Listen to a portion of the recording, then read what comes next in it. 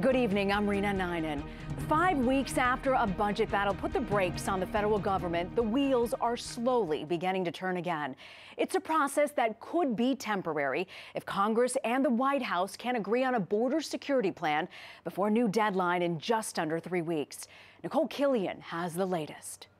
We have reached a deal to end the shutdown. One day after President Trump signed a bill to end the longest shutdown in U.S. history, the Smithsonian museums will reopen to the public on Tuesday.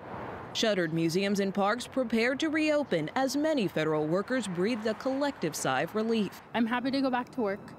From this D.C. pop-up kitchen to an air traffic control center in Georgia. Very pleased that my co-workers and I are going to be getting a paycheck finally. Excitement mixed with doubt, knowing the government will only be funded for the next 3 weeks. Us as federal employees our livelihood should not be messed with as we move forward.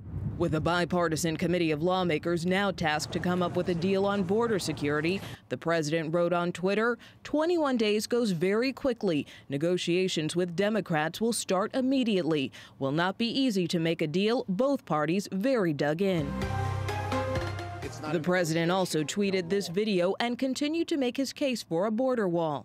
If we don't get a fair deal from Congress, the government will either shut down on February 15th again, or I will use the powers afforded to me to address this emergency. With no wall funding in the current bill, Mr. Trump fired back at critics, claiming this was in no way a concession. A person familiar with the president's deliberations said the real pivot point came Thursday after GOP senators expressed their frustration to the vice president at a luncheon. The motion is not agreed to.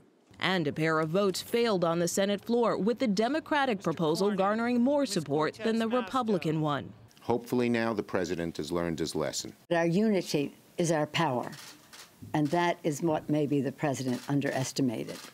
Before making a decision, a source tells CBS News the president was presented with a series of options, including reopening the government and declaring a national emergency. But he wanted to give it one last try to reach a deal. Rena? Nikole Killion at the White House. Nikole, thank you.